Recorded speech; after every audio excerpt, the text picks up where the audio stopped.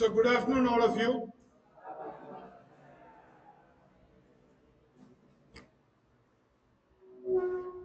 Today, in today's lecture, we'll be seeing some important topics like descriptive statistics and data visualization.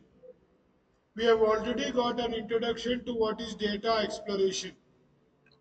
So welcome to the lecture number 4, unit 1. With this lecture, what I'm expecting is that I am expecting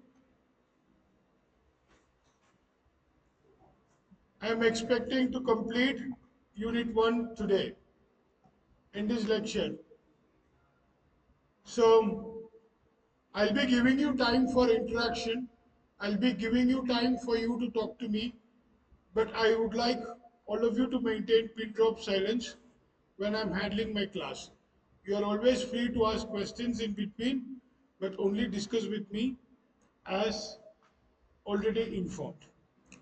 So today we'll be seeing some important statistical methods of finding out how a data set looks like, or what is the shape of a data set, how we can come into certain conclusions. Okay, so today's lecture, data sets and descriptive statistics, we will be discussing how to find the mean, median, mode, variance, standard deviation of a data set. The next important thing what we'll be doing is all about data visualization. Visualization means how you see data. The easiest way of representing data in a way that it is easily understood, absorbed, used and reused. This phenomenon is done using graphs and charts. Okay? Is that okay?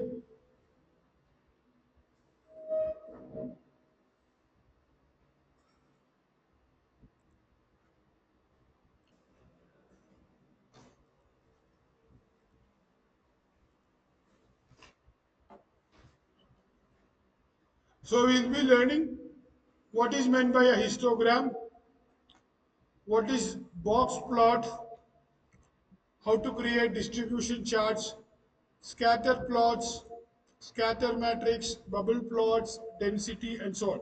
See, we'll be understanding how to see data, how to visualize data. Okay, anything that is represented graphically or that is visualized, we can easily arrive at conclusions based on the graph. Okay,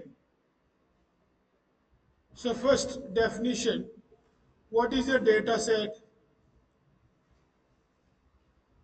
Data set is a collection of related discrete items of a data that can be accessed individually or in a combination, managed as a whole entity.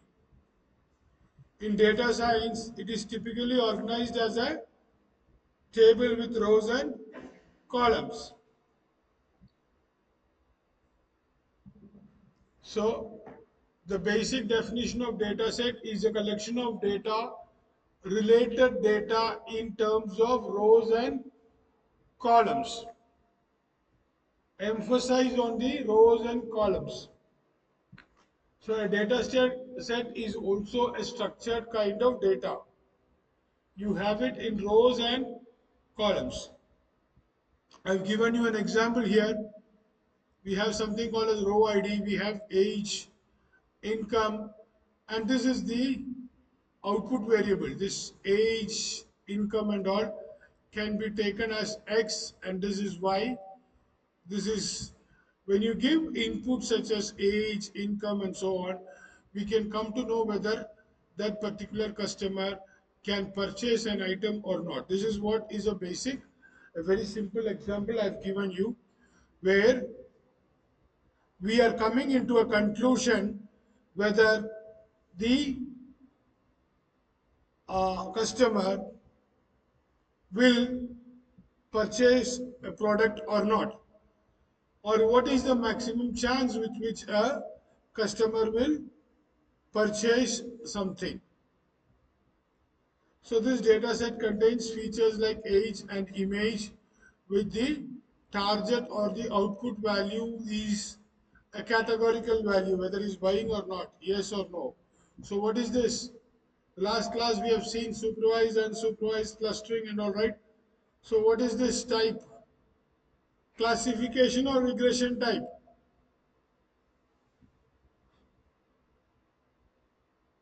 What is this? Classification, right? Why not regression? What is that classification and regression? Classification means the output is of finite values. You have either yes or no. You have only two values, right? Right? So you have only two values. This shows that this is a classification algorithm or classification. If it is a regression, what happens? You have a continuous value. Okay? 31.5, 12.56, all these things you have. In that case, you call it as regression. All of you, please understand also when you write notes, I want you to really understand what is classification and regression. Here you just have two values, yes or no. So this type or this data set has a target which is a classification type, right? This is what we need. And we have two variables, one is the age and the other one is the income. So row is the instances or observations. Columns determine the features. Age is a feature, income is a feature. The last class we have already discussed about features. So this is in a more clear definition for a data set. Next, what is descriptive statistics and why do we need descriptive statistics? Descriptive statistics are brief descriptive coefficients that summarize a given data set.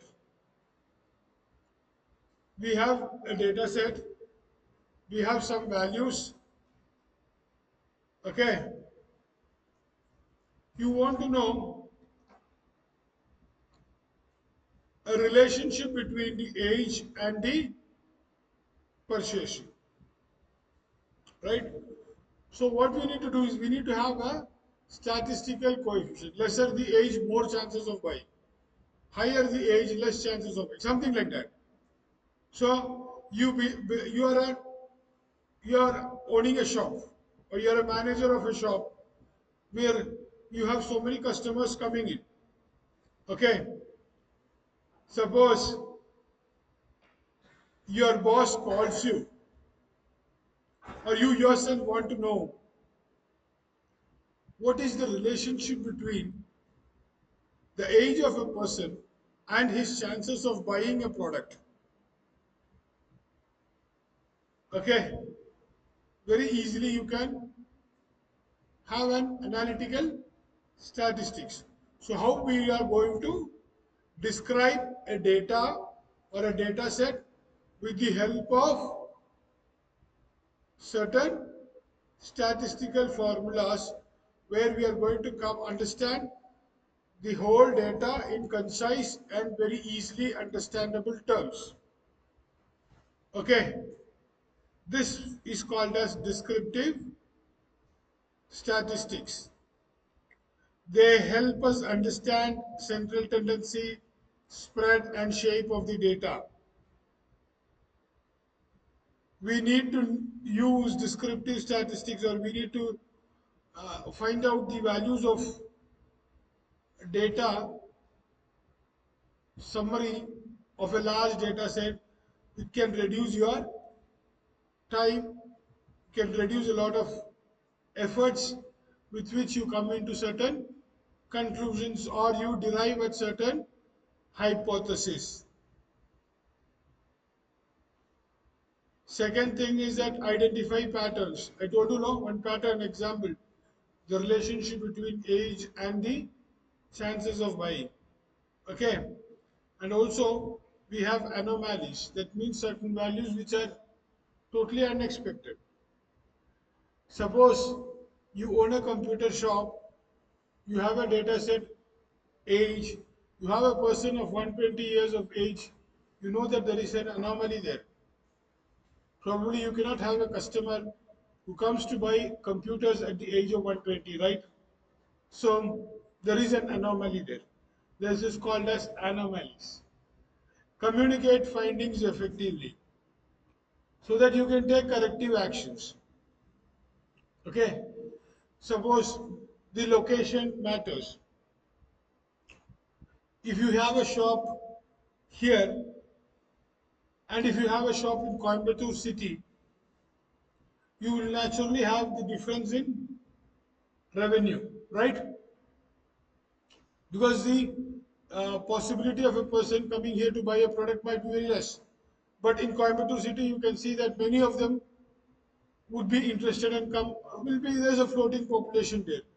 So there is a relationship between location and the price ranges or the revenue, right? So you need to understand how effective you can change your location so that your overall business gets developed, right? So these are all certain important need for creating descriptive statistics of a data. So you are preparing the data for further modeling. Okay.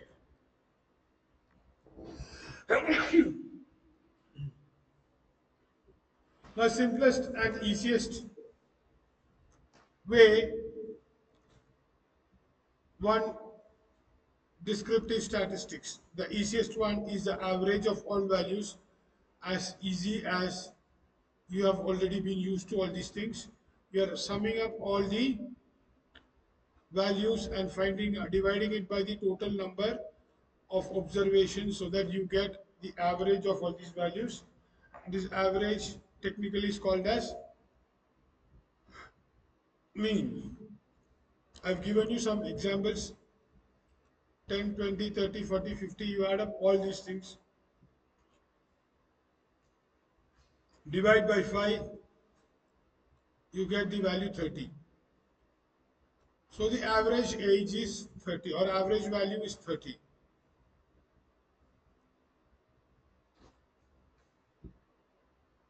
So how does average or mean help us?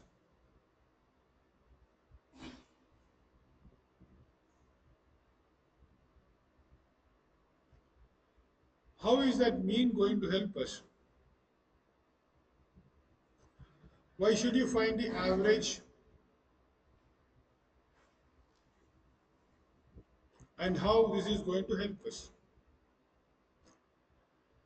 I'll take a very simple example which you are all very familiar with because you are all students and I am a teacher. We all know the academic system very well. So I can give you examples very easily from our own system. Suppose I wanted to know the performance of my students in different subjects and I want to make a comparative statement of each one of your performance in different subjects. What I can do, I can take the average marks in each subject.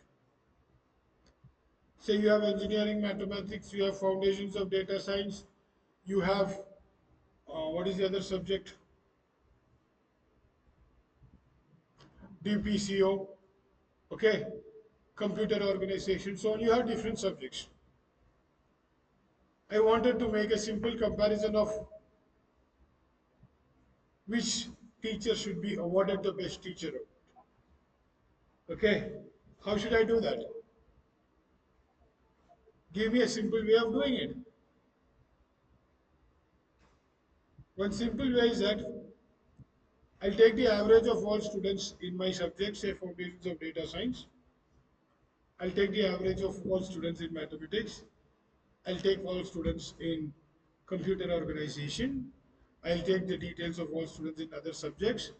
And I'll take the average of all this average for each subject. And which teacher has the highest average might have performed much better. Am I right?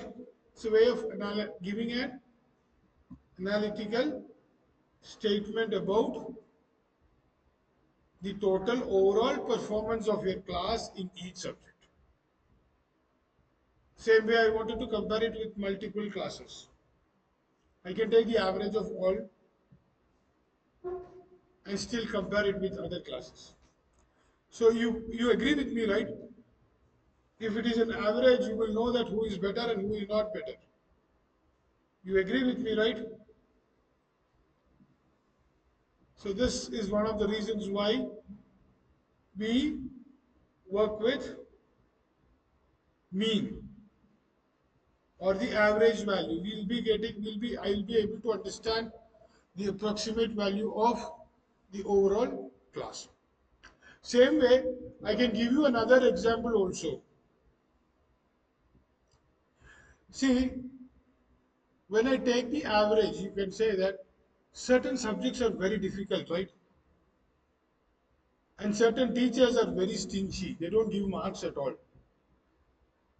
How much ever you write, you write fully stories, 5 pages, 10 pages, you get only half the mark. Some teachers are very broad-minded and lavish. They simply give marks based upon the number of pages you have written. This is true, one of some of my observations. So, how can you say that a teacher who has got less average has done much better? Maybe her subject is too difficult. You can score better in a subject like humanities areas and so on. It could be much more easier. But in subjects like mathematics or in courses like mathematics, you might find it very difficult to score good marks. So what we can do is that we can take the average, subtract the average from each of these values, you get a data set, right? Is that clear? So next we'll be seeing what is meant by median. Oh, sorry. Mean, as another one thing is that mean is sensitive to outliers. So you have this one, right?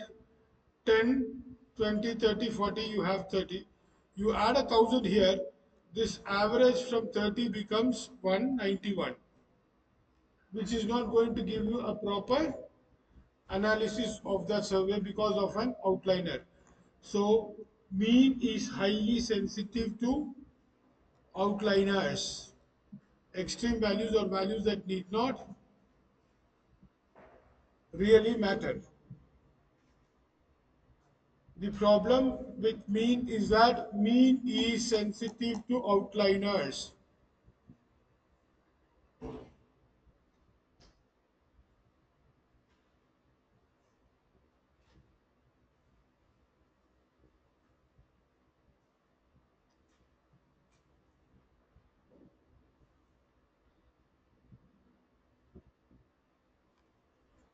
So here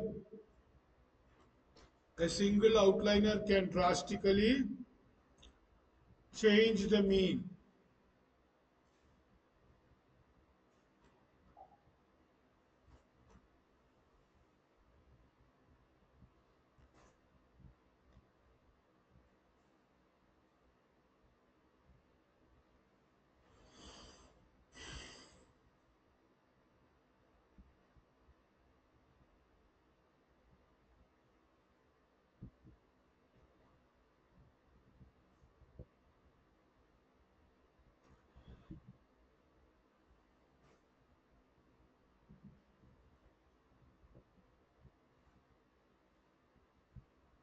Next is median. Median is the central point of a data. Now, what we do is that we know that mean is basically highly sensitive to outliers, right? So one way of avoiding this is that you sort the data in ascending order or descending order and then find the central point of the data. Instead of summing up all and finding the average as in the case of mean, in median what we are doing is that the first thing what we'll do is that we'll sort the data. We'll arrange it in ascending or descending order. And if the number of observations n is odd, the median is a value at the position n plus 1 by 2. Here you have 1, 2, 3, 4 and 5. This is already a sorted data, so we have nothing to do. We have sorted it. So 5 is odd. So 5 plus 2, 6 by 3. That is the third value, 30. 30 is the median. If it is an even case, what happens is that the average of two middle values, you again sort this out. 60, 30 plus 40 by 2, 35. So median is the central point in a data set after you have sorted the data either in ascending or descending order, preferably ascending order. And if the total number of observations is odd, then the median will be n plus 1 by 2. Very easy. If n is even, it is taking the average between the two central values.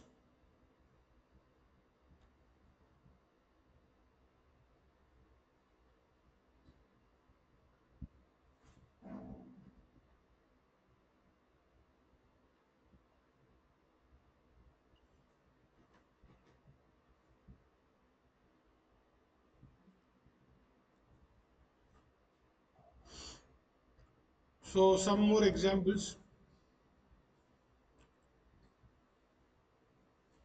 There are some more examples.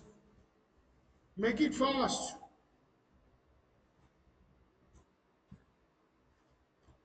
Some more examples.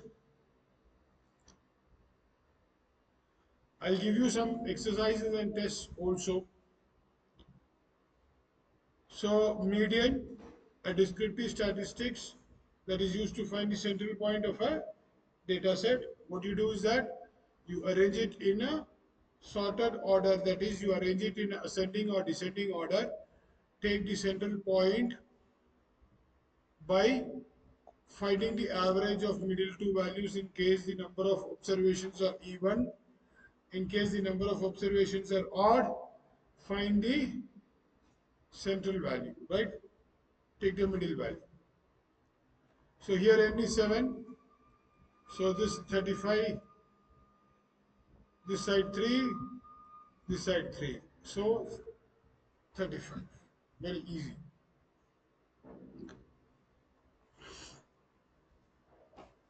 So when do you want to use and when you can use median? You can use mean when it is symmetrically distributed.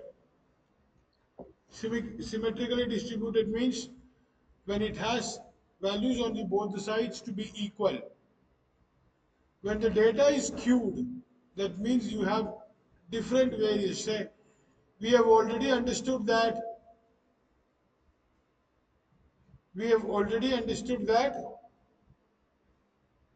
mean is highly sensitive to outliers. That means that you have an additional value in that which is something extremely big.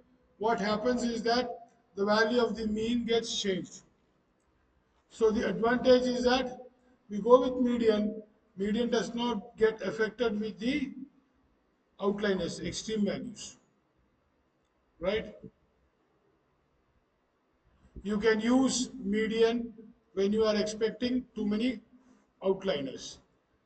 When you have no continuous data, ordinal data. What is ordinal we'll deal with in the coming slides. When you need more statistical analysis, you still stick on to mean. Otherwise, you go with median. Now, why these kind of slides are important is because you need to do some case studies. You need to really understand how you are going to work with data. So you need to fill in data. You need to fill in missing values. You can use mean, you can use median, you can use so many other things. So why mean or median? Why? You need to justify what is the method you have used in filling out missing values. Am I right? We have discussed with filling missing values in the previous sessions. And each time I told you that you have to make a note of how you have filled in the missing values. First one option is you can fill it with the average of all the values. Second option you have is you can fill it with median of all the values. Third option you have is that you can fill in with the mode of the values. Mode, what is mode? We'll see in the next slide or in the coming slides today itself.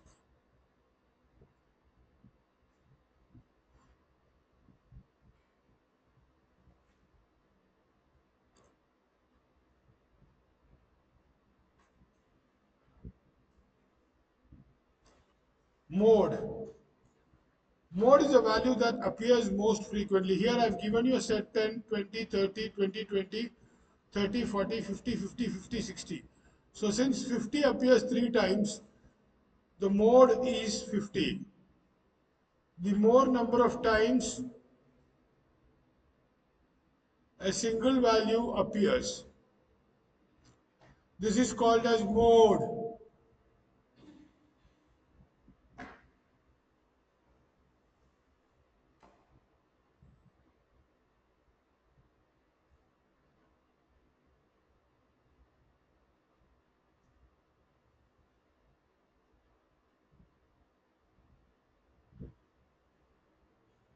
What happens if two values are repeating same number of times?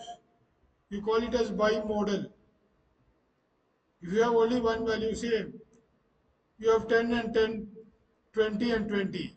So what happens? You have two modes. So bimodal 10 and 20 are modes. When you have two values which is repeating the same number of times, it is called as bimodal. More than two, it is multimodal. And what happens if there is no value that is repeated more than once? You don't have any mode at all. You can say it as no mode.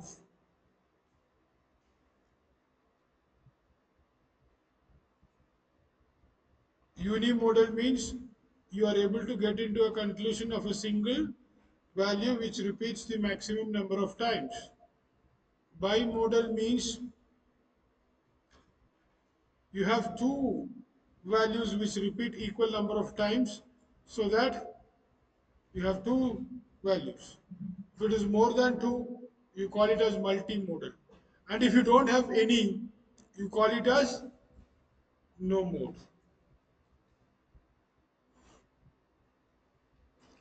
So this is an example for a no mode where you have no values at all which is repeating more than once. Multimodal. You have 20, 30 and 35 repeating 2 times. It is more than 2, so you have more number of modes. Multimodal. More modes. The another one important advantage of mode is that you can easily calculate mode for categorical data. Okay. Categorical data means whether yes or no. Okay, color, blue or green or something like that. So I can easily calculate. Okay. So how many yes, how many no? Right? So that's what is commonly asked, right?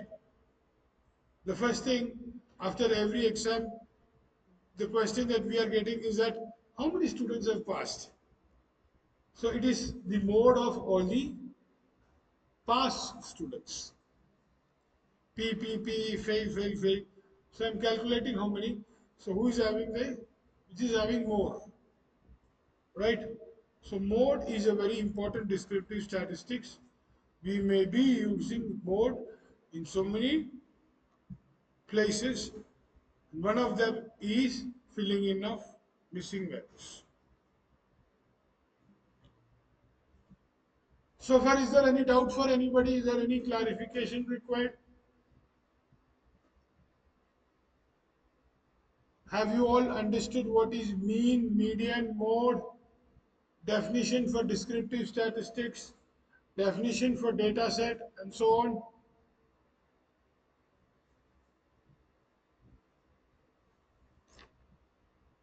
Mode is the only measure of central tendency for categorical data. Okay. Next important definition is about variance, standard deviation, range, and IQR.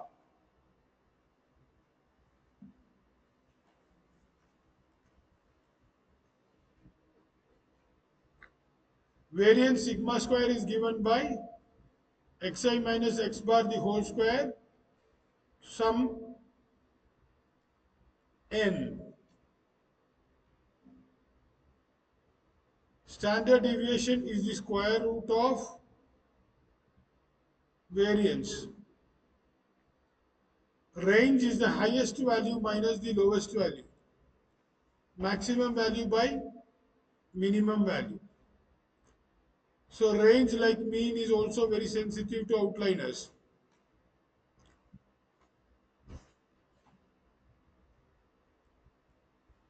This is used for IQR is used for outlier detection.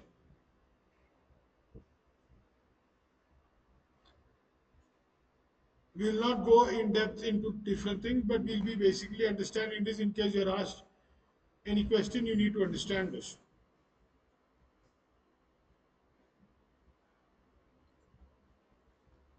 So all these things really describe a data set in different manner.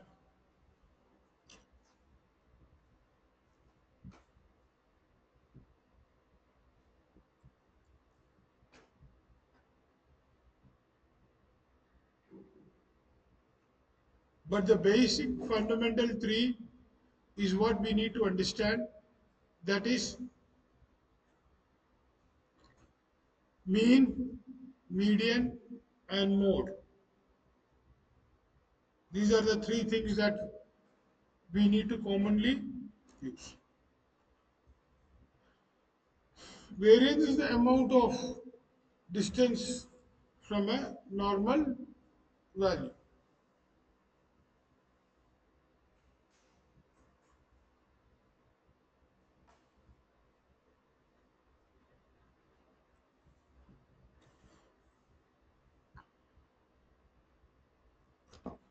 So I'll give you a simple problem for you to calculate. You can take a few minutes. You can give me the answers now itself. A very simple problem to solve. Find or calculate the mean, median, and mode for the following data set. I'll give you the answers, but before I give you the answers, I believe that all of you can do one problem and give me the answers. After a good lunch, a long session, you feel sleepy, so you can just get yourself energized by doing some small problems. I'm very sure that all of you know how to do it, but I want you to do it as an exercise so that you wake up from your tiredness.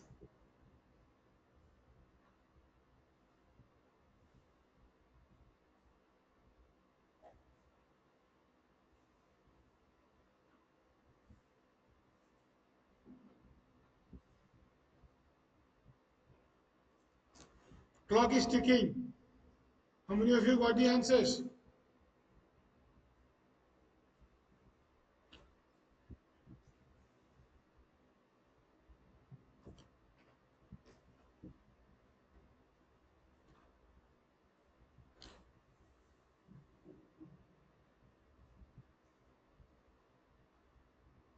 The boys in the last row, I'll ask you what is the answer.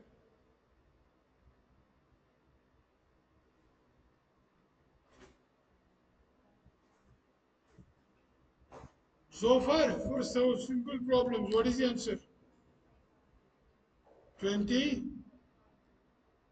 25.2 is the mean, right? Median 26.5, mode 30. So mean 25.2, median 26.5, and mode 30.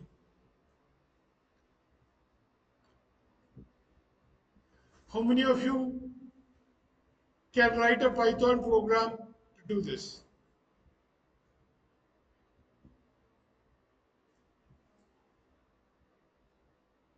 I've given you some of my previous lectures, right? I've shared you some videos where I've given an introduction to Python programming. I want all of you to watch these videos, and the first assignment in your data science lab is you're calculating, writing a Python program to find out mean, median, and mode without using any kind of built-in methods. You should not use NumPy, math package, and all those things. You need to accept a list of input values. You need to calculate the average. You need to calculate the median, and you need to calculate the mode. You need to write a Python program for that. How many of you are confident that you can write a program for that? A very simple Python program without using any kind of built-in methods or without using NumPy library and so on. If you're using NumPy library, it's very easy. Your numbers should not be a NumPy array but should be a list of numbers. Not necessary that you have to get the input from the user. You can give it as an input also, but I need all these three things. How will you find the mean of a set of numbers using Python lists?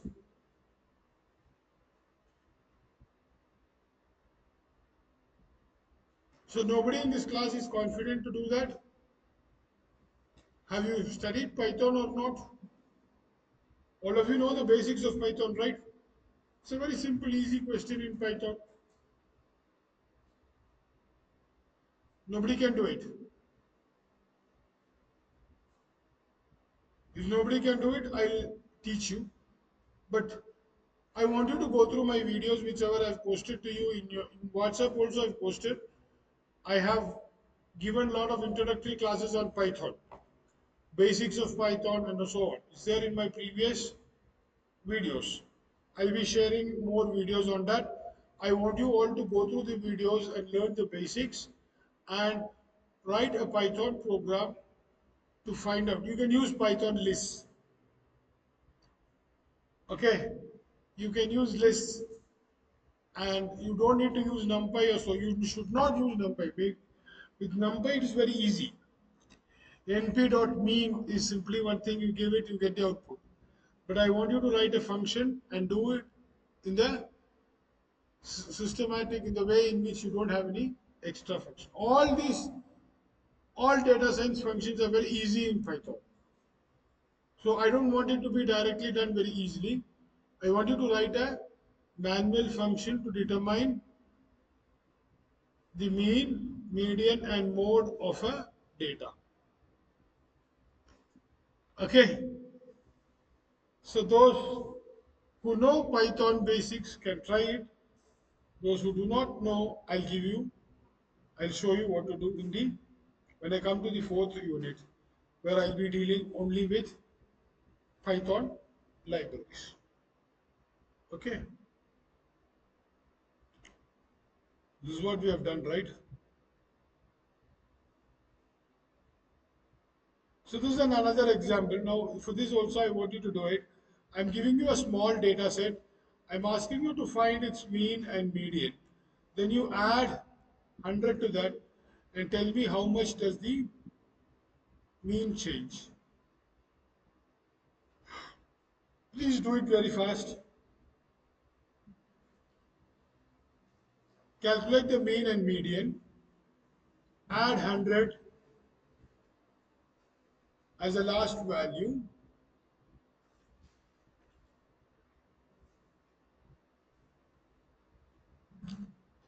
And now you see what is the difference in mean of this data set.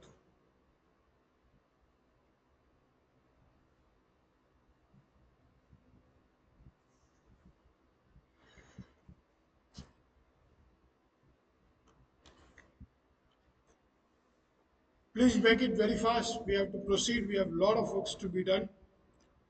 2, 4, 6, 8, 10, 12, 14, 16, 18, 20. I've given the values very simple so that you can add it up very fast.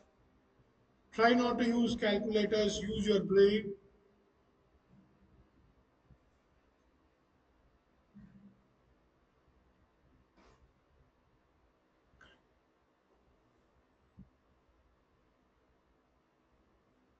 I just want to refresh your mathematical skills also, numerical skills. Although we live in a different age where you don't need to have any kind of difficulty in calculation.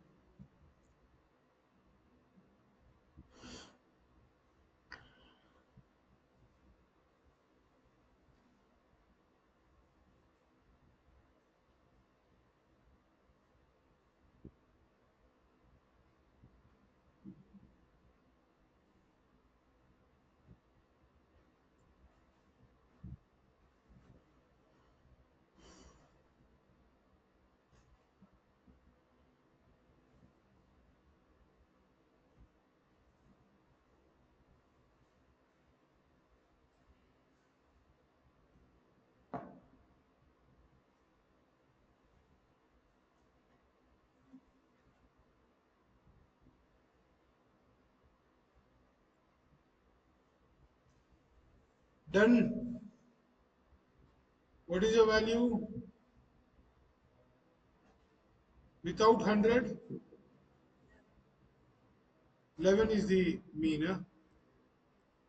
And with 100, 19. Huh? What is the value of median?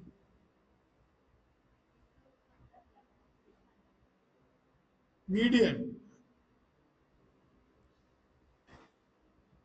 without 100, without, with 100,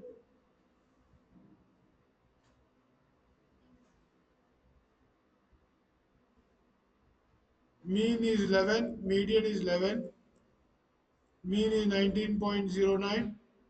So what happens is that from 11 to 19 it changed. So you have an outliner that is 100 affecting this very badly.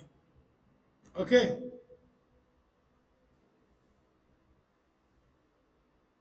So another set of problems.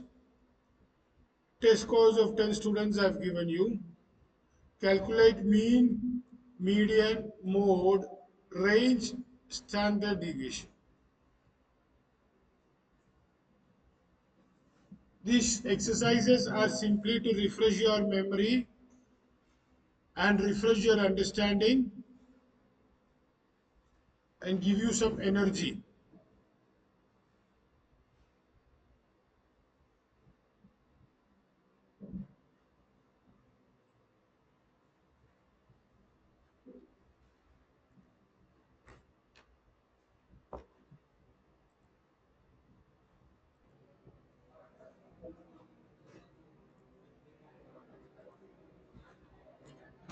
So tell me the values.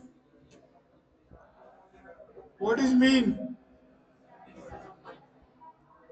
77.5. What is median? 70.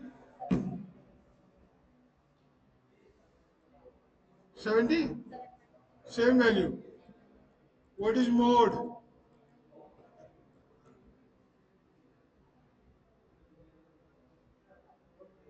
You have not calculated mode. What is range? 100 minus 55. 45. What is the standard deviation in mode? There is no mode, no? Standard deviation 14.5.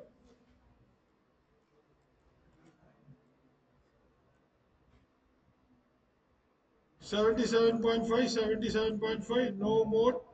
Range is 45. Standard deviation, first you have to find x minus x bar. X minus x bar the whole square. X bar is 77.5, you have already calculated. Then what you are doing?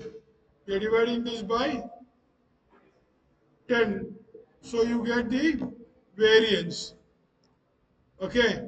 Square root of variance, you are getting it as 14.36 and standard deviation is 14.36.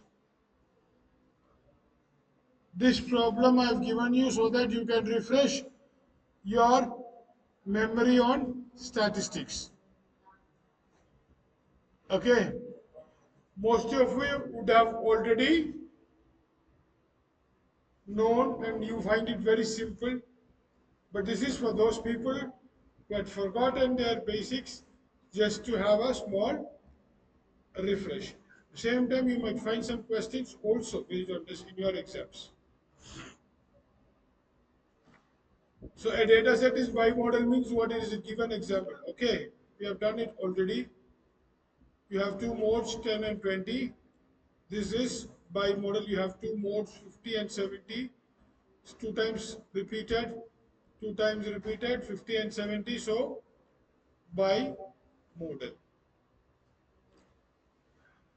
Okay, so coming to the next topic, after descriptive statistics, we are seeing something called as data visualization. I told you already in introduction that visualization means how you are going to see the data. The easiest way of coming into a conclusion about how a data is performing is data visualization. How many of you are familiar with Google Forms in this class? How many of you have used Google Forms very frequently? So you can find that your responses in the Google Forms are now represented more in graphical format than in sheets. The immediate response, you can see that you can find a pie chart, you can find a histogram, and all those things. Just because it is very easy to visualize your data set. You can collect the data, you can draw the graph very easily. Okay, so what are the data visualization techniques? First we'll see what is meant by univariate visualization. One attribute at one time. Whenever you have univariate, it means that you have only one. Unimodal, one.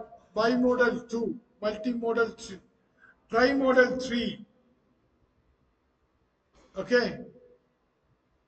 So univariate visualization, exploration of one variable at one time. Okay, so it helps us to understand the distribution, the shape of the distribution, location, range, spread, etc. So very commonly way in which you have common univariate charts, histograms, box plots, normal distribution or distribution charts.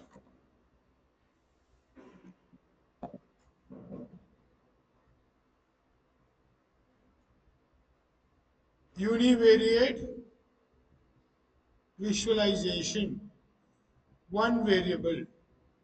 That means you have an x here and you have a y here and you represent the variation of x with respect to y. This is univariate visualization. Histograms, is represented in a range. Okay, we'll see in detail what is histogram and so on. So this is a histogram example. Frequency, petal length, so on. Some values are being given here.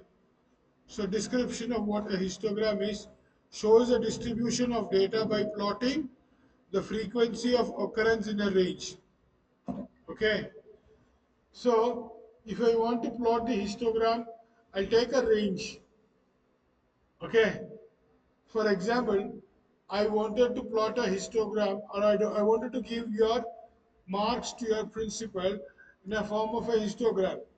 I'll give the number of students who have scored from 0 to 5 or 0 to 10 and 10 to 20, 20 to 30, 30 to 40, 40 to 50, like that up to 100.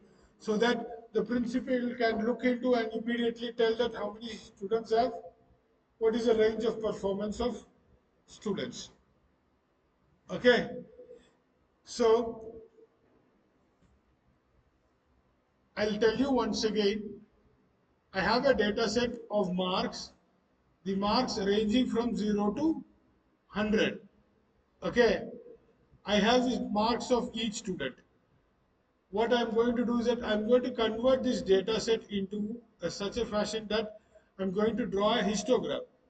What I will do is that I will put a range, say for example, 0 to 10, 10 to 20, not 0 to 10, 10.1 to 19, I mean 10.1 to 20, 20.1 to 30, and so on. And what I'll do is that I'll put the number of students who have scored in that particular range. And if I make a histogram, the person who visualizes this graph may easily come into a conclusion that, oh, between 60 to 70, we have 40 students. So it's good. That's the range what he's expected. So we'll be able to understand something like an average. We'll be able to understand the performance of the students based on this histogram. So this is how histogram is being created. So histogram shows the frequency distribution. It does not show the exact marks. It shows the frequency distribution of the marks. That means it does not show the marks, but it shows the number of students who have scored in that particular range. Okay. So it helps to find the central location, range, shape, etc. Multimodal distributions, you can show multiple peaks. Okay. Okay. More people in the number of frequency. You know this, you are converting this into a mode based. You can easily find out the mode because you will have more number of similar values. Okay. So this is an example of univariate distribution. Next, we have something called a stratified histogram. So we'll be using some class labels to provide more insight. The type of histogram where we have a particular, what do you say, color for particular group. So we have three colors, red, green and blue, and we make a histogram with different colors for a multivariate options. Okay, this is called a stratified histogram. Stratified histogram, you have more than one variables and you represent each variable by a different color. Okay, suppose I wanted to compare the mark of CSE students with, say, for example, IT students. For CSE students, I am using blue. For IT students, I am using red. So I can give this to the principal to show the difference between the IT students and CSE students. Na? Histogram, it can be easily identified, right? You understood? Okay. The same thing will be very easy if there is more number of classes.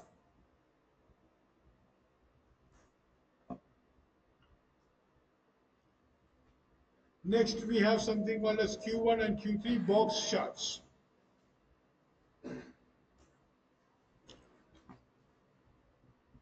So, in box charts, we are going to summarize the data between three different ways, and Q3 minus Q1 is what we are going to find out. Okay, so Q2 will be the median. IQR is the range, inter-quartile range. Box charts, it might be very difficult to explain to you directly. I'll give you examples and I'll detail you this with the help of Python programs as we go on.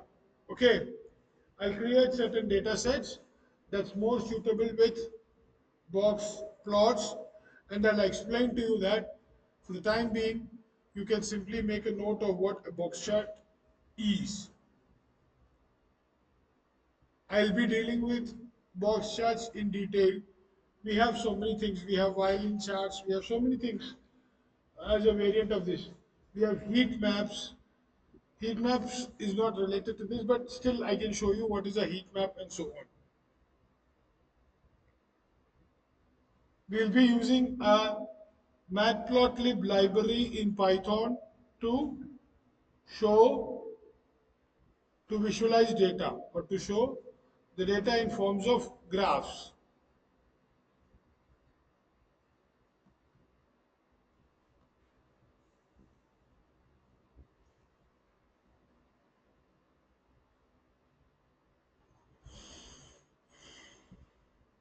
So this is also a continuation of box plots.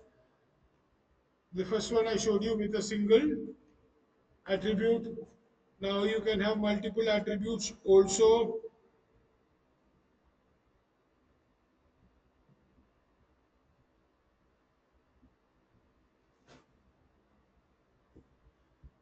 The data set I will show you. I'll explain to you this in detail in the coming lectures. I am very sure that you have not understood much about box plots.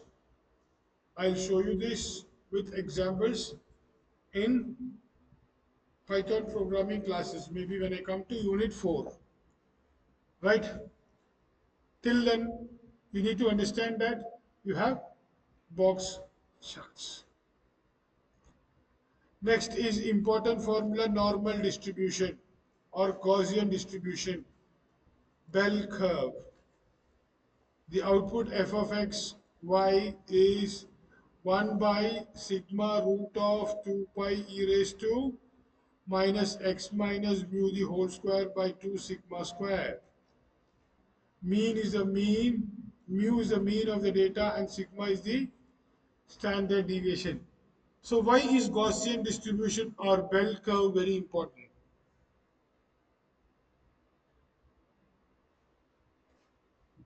Very interesting question, right? Why is this? This is always very important. For all your analysis, everything we go with is Gaussian or bell curves or normal distribution. You know why? If you look at this graph, you can see that the values ranging from 0 to say something less than 0 is very less. Then this gradually rises, comes down and comes down like this. This is what happens in most of our real-time examples.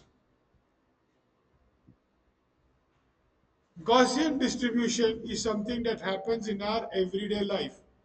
Suppose if I want to plot your marks, okay, there will be very few students below 30 marks and there will be very few students above 90 marks. So the largest number of students will be in the range from 30 to 90. Am I right? In most cases, in every real-time examples, it is like that. Both the top extreme and the bottom extreme are always very less in number. So it is distributed in such a way that it is very less. So wherever you go, whenever I say, for example, So many examples are there. Like marks, height. You take the height of students. People with lesser height will be less in number. People with normal height will be more in number. People very tall also will be less in number. Am I right? So most of our data, whatever you receive throughout a universal phenomena is a Gaussian or a normal distribution. Okay, so every data, whatever we receive is normal distribution. That's why it is very important. All of you understood?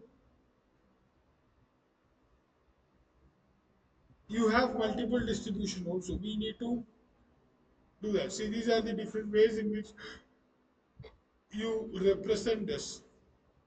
The examples are still to be explained to you. I'll give you this with the data set as we go on the coming lectures.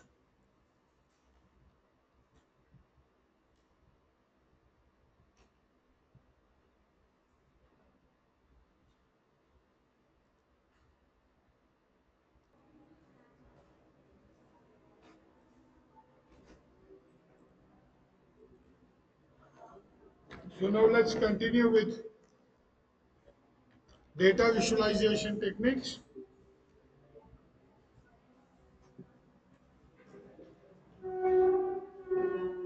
Switch that on.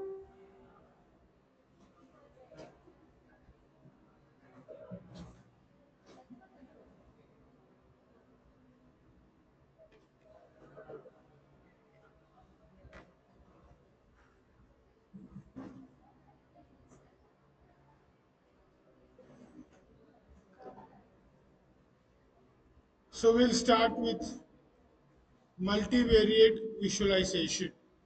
We have already understood what is univariate visualization. We have seen some histograms also. So what happens when we have multiple attributes and we want to display these multiple attributes in a single graph? See, basically Python has so much of what do you say libraries and so much of functions that makes our job very easy.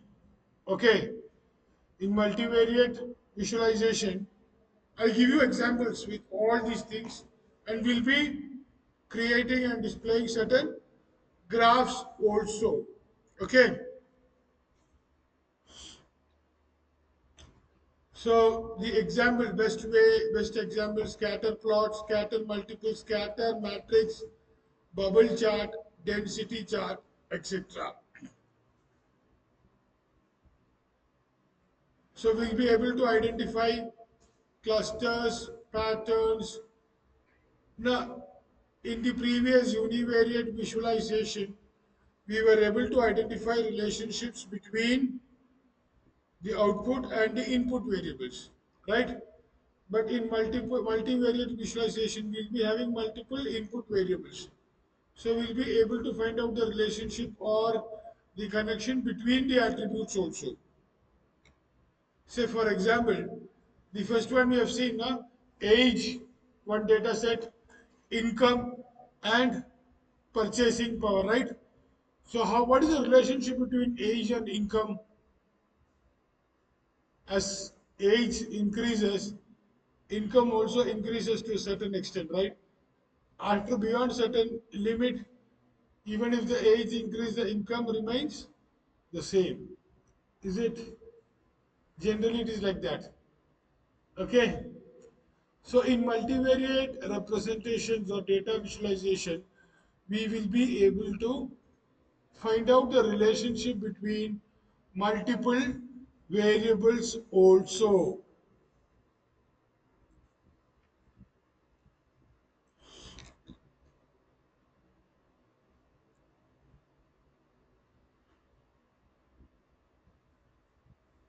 Multivariate visualization considers more than one attribute in the same graph. We have a package in Python called as matplotlib. How many of you have used it? Matplotlib.py plot we'll be using to plot all these graphs. Scatter plots, scatter multiple, bubble charts, density charts, and so on. Okay, this is a very common question in your interviews. What is the purpose of matplotlib? Matplotlib library in Python. Why is it used? NumPy, why is it used? Why do you want to import NumPy? What is the difference between NumPy and SciPy? What are the basic machine learning packages? What is scikit-learn?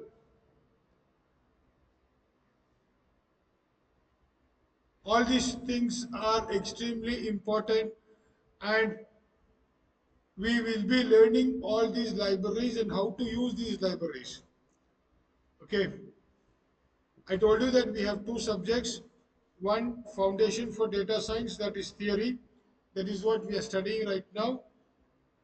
Data science lab. In data science lab, we'll be learning how to work with data sets. Okay, how we'll be filling in missing values and all these things. What are the easiest ways of doing things? But for all these things, there should be a basic background of Python programming that you should have understood. And if you need to work out, you need your systems available here. Clear?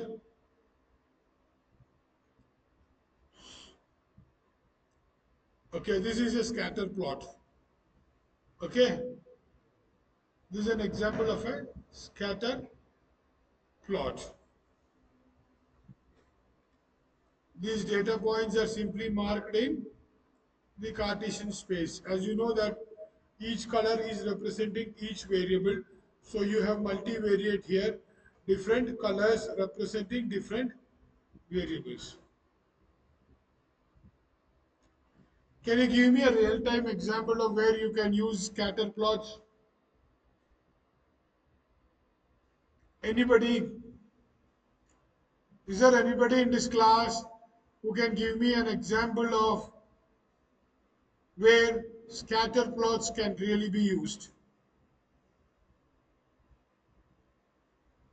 I'm not going to answer this. I'm going to give this to you as an assignment, and next class I will begin with discussing about a practical example. But I want you to think and give me an answer.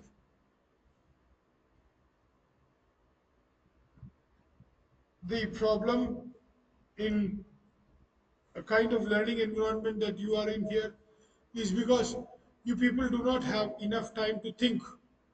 All things are fed to you, you simply learn and reproduce. How many of you are really using your intelligence to think and give answers? Do you think it is like that? So now I'm giving you an option to think.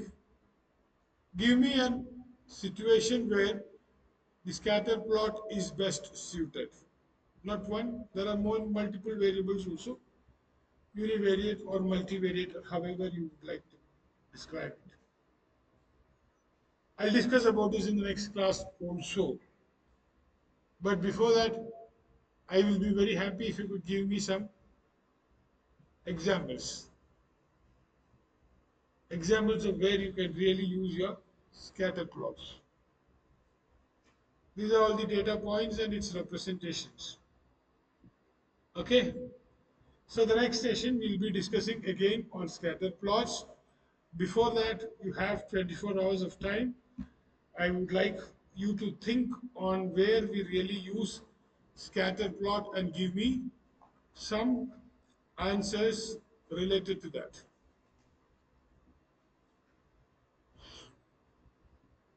Okay, enhanced scatter plot with multiple dimensions. So you have scatter multiples and iris attributes. Okay, this is a scatter plot itself with more number of values, and how you do this. See, these are all real-time examples, but I've not given you the data set, so I don't need enough time, and it might take a lot of energy to go much in depth about each of these kind of graphs. But I'll really show you in your practical classes how we are going to really use this.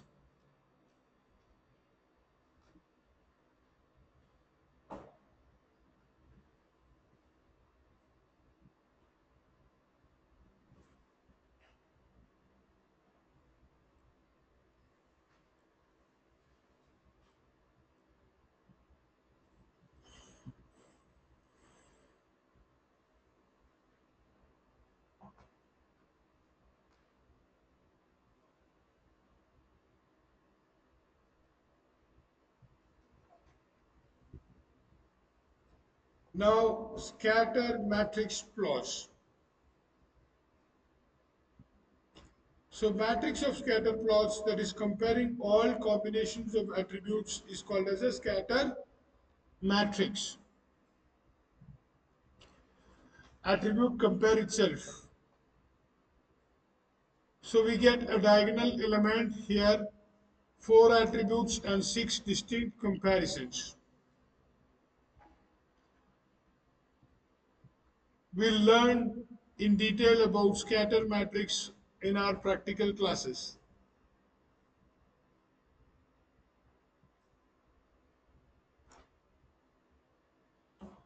So as far as our theory session is concerned, you need to understand that you have a scatter matrix, and that it's a matrix of all scatter plots with comparison with combination of different attributes.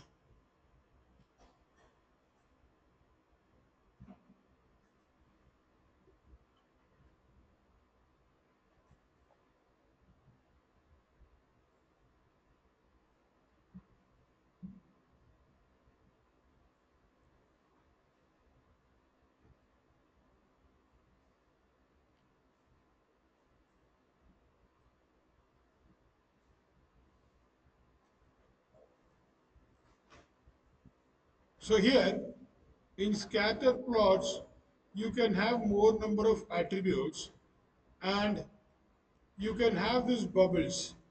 Okay, each kind of radius of the bubble, as it increases, it is representing a different species. So this is another way of visualizing, and this is called as a bubble chart.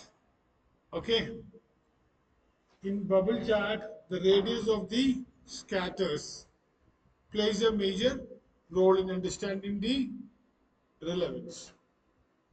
Okay, so you have two attributes. This size of the bubble is another attribute, the color is another attribute. So this is another variation of scatter plot. So bubble plot is a type of scatter plot where you have this kind of size bubble as the another attribute. Of course, color we already have seen. Okay, so I'll give you examples with this iris data set, and I'll teach you what is this iris data set. Okay, all our examples we'll be doing with some kind of already collected information or collected some set of data sets. Okay, we have ImageNet. Have you heard of what is ImageNet? Is there anybody who is having an account in Kaggle? Kaggle. How many of you know what is Kaggle? Anybody? Yes, very good. Santosh. Then anybody else? Nobody else. So can you tell me why you are having an account in Kaggle and what is its use?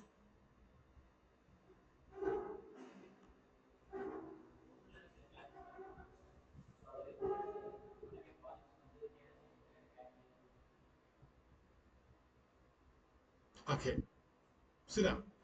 So Kaggle is a repository of so much data sets, right? You want to do a practical experiment. You don't have data. Okay, so what do? You rely on Kaggle. Kaggle is having all kinds of data sets, whether it is images, videos, number of cancer patients, number of hospital cases. All data set is available in Kaggle. and most of them are not most, almost everything is free to download and use and reuse, so that you can train your machine learning model, you can understand the data set, you can analyze that, and so on. Is that okay? So you have a data set. Now I wanted to create some data set based on some information. So I wanted to predict something. I wanted a student database. All these things is available in Kaggle. Okay, so that I can use and reuse it n number of times. So I suggest you, I give you another activity. Please write down this activity in your notebook and you do it tomorrow. I want all of you to open up a Kaggle account. Go to kaggle.com or go to Google and search for Kaggle. Open a Kaggle account. Explore the datasets available in Kaggle and let me know about a few of them. We'll have a discussion on the datasets available in Kaggle website tomorrow. Okay, so it is an activity for you. This activity will contain activity points which will be accumulated and converted into internal marks. Okay, so I want you to make a small write up of what you have learned from Kaggle, how you have opened the account, and what are the why do you want to use Kaggle, and what is it you have learned by creating an account in Kaggle. Okay,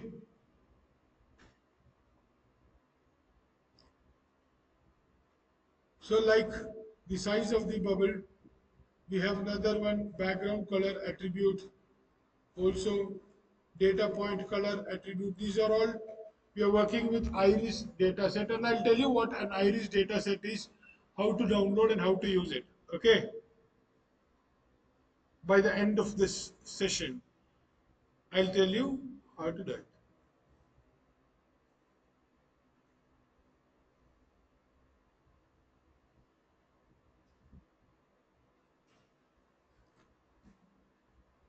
So now, with this,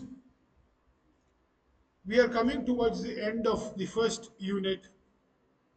Okay, I wish all of you can go through the syllabus and the reference books, the questions and answers, the question banks, and the material that is available to you, and create a 1 hour tutorial session here where we can discuss any missings in my lectures. If there is any point that you would like to learn more, if you want something for me to be thought more in detail, we can have it as a separate 1 hour session completely dedicated to discussion on unit 1. Okay, so you have to go through the syllabus, you have to learn, you have to read the reference books, you have to understand, and you have to work on that. Is that fine for you? So these are the things that we have seen today. We have seen the distribution of single variable, multiple variables, relationship between two continuous attributes. We learned to compare distributions, multiple attributes, trends over time. We want to show correlation between all pairs in a data set with 5 attributes. Okay. So we have learned what is histogram, stratified histogram, scatter plot. No, actually, if you want to see a distribution of continuous variables, we use a histogram. If you want a distribution of same attributes across 3 different classes, we use a stratified histogram or a distribution by class. Now, with the help of Iris dataset, which we can download from Kaggle, I will show you in a Python program how you plot the histograms, stratified histograms, scatter plots, box plots, line charts, scatter matrix, etc. Okay, so this is a summary of what we have learned. So if you want to compare distribution of multiple attributes side by side, which is that you will use?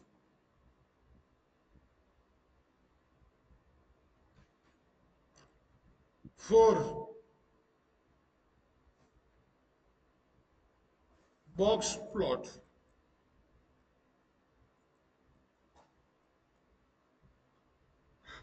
Okay, you are comparing two attributes. Line chart. Line chart, line chart is the most common and simplest graphs of all. Scatter matrix correlation between different pairs of attributes. So this last two slides may be of great use to you in your interviews. Okay, it's a very common question that is asked in interviews. We want to do certain things. We want to compare certain things. Which is the type of data visualization technique that I need to use? It's a very common question, and do you know that we have a separate paper called as data science in GATE, like computer science engineering? You know what is GATE? Graduate Aptitude Test for Engineers. If you would like to do ME, MTech in IITs and IIMs, you need to clear an exam called as GATE.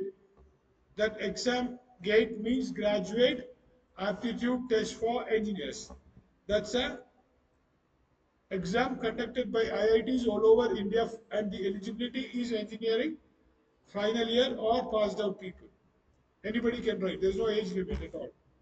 Whoever wants to write can write. Even I can write. Okay. So recently we have introduced data science as a separate paper for GATE. Data science and robotics. GATE, it is not compulsory that you have to take your own stream. You have done BE in computer science, you can go and write mechanical engineering paper also and get admission into mechanical engineering in IITs. Okay. So there is no compulsion that you have to take the basic domain where you have studied, the branch in which you have studied. You can take any paper and write any exam.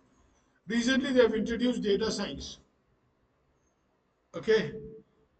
You might get questions based on this kind of data visualization techniques in grade. You have it. Very common in interviews, very common, and which has, why this is so important is because it has so much of practical applications. I'll give you a scenario and you want that scenario to be graphically represented or visualized in data. How you will do it? So you need to understand that. See, as I told you about the no free lunch theorem, we don't have a single method. It depends upon how you are using your brain and how it can be connected with one particular set of values. Each of these things may be different. Google Map is an innovation. It's a data visualization technique, actually. In Google Map, you identify location, right? How does it happen? And how did people think of making Google Map live?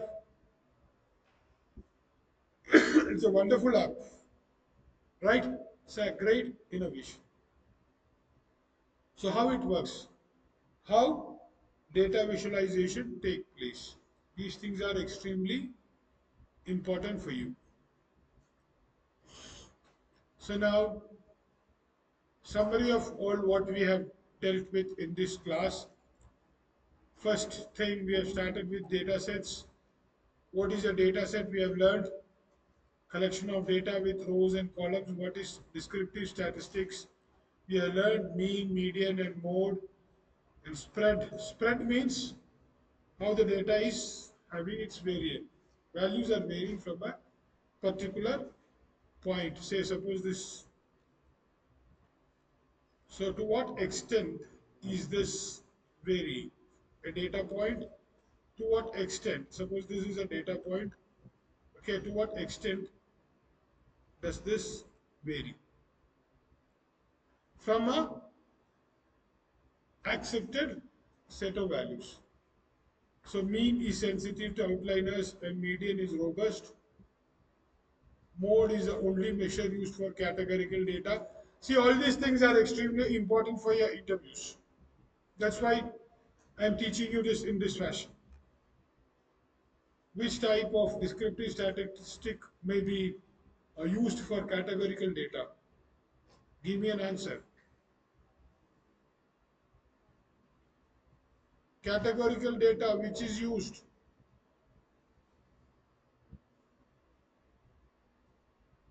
Tell me louder, for representing categorical data, what type of statistics we have to use.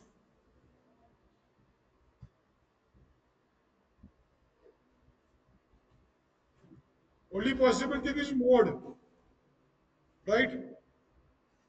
Yes or no? Number of times it is repeated, right?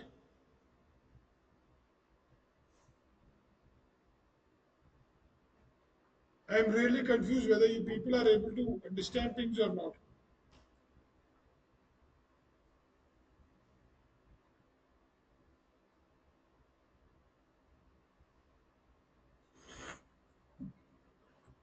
Then univariate visualization, one attribute at a time, histogram, box plot, distribution charts, multivariate scatter plots, okay, two variables, multiple variables, scatter metrics, pair correlations, bubble chart, you have bubbles with different size.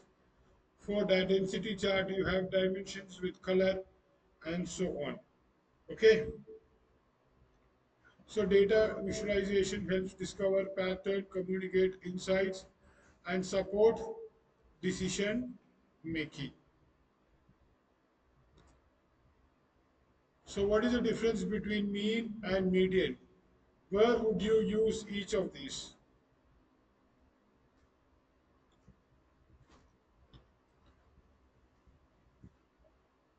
Yes, tell me the answers. I'm ready to wait and listen to your answers.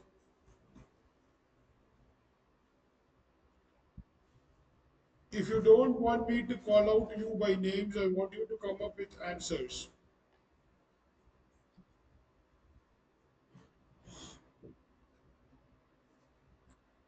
Mayor says, Solupa, what is the difference between mean and median?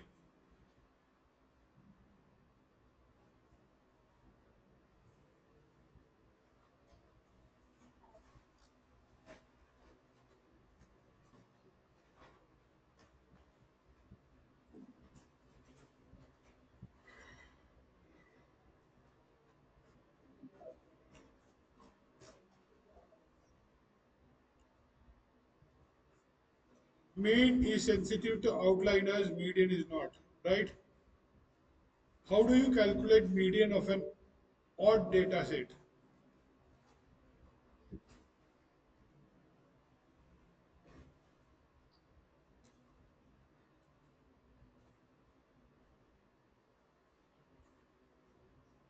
Sit down. Sit down. Balamurugan, how do you calculate the median of an odd data set?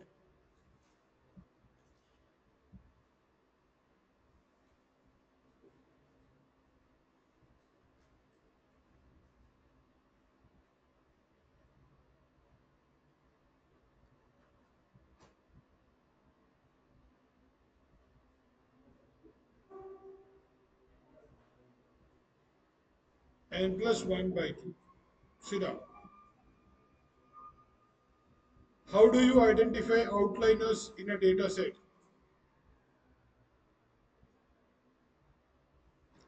Manjapan,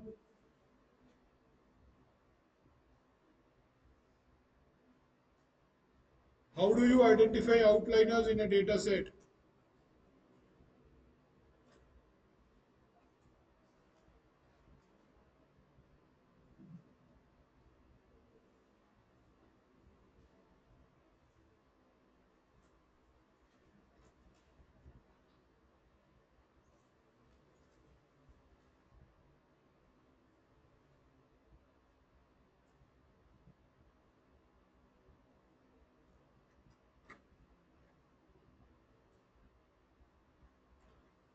Sit down. So all of you please write the answers for these questions and bring it to me tomorrow.